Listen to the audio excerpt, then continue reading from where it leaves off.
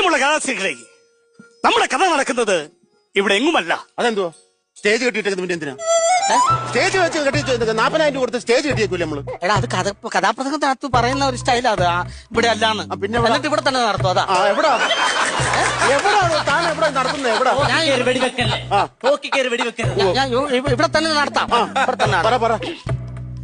പ്രിയമുള്ള കലാസ്നേഹികളെ, കഥിക നല്ല കലാകാരനല്ല ഞാൻ ആദ്യം പറഞ്ഞു, നിന്നോടൊക്കെ ഞാൻ പറഞ്ഞു, ഇവന് കള്ളനാടി. അവൻ ആദികനല്ല, അവൻ കലാകാരനല്ല. ഞാനൊന്നും പറഞ്ഞോളൂ, ഞാൻ പറഞ്ഞു. കുഞ്ഞെ നീ ഒഴിഞ്ഞിരുന്നു.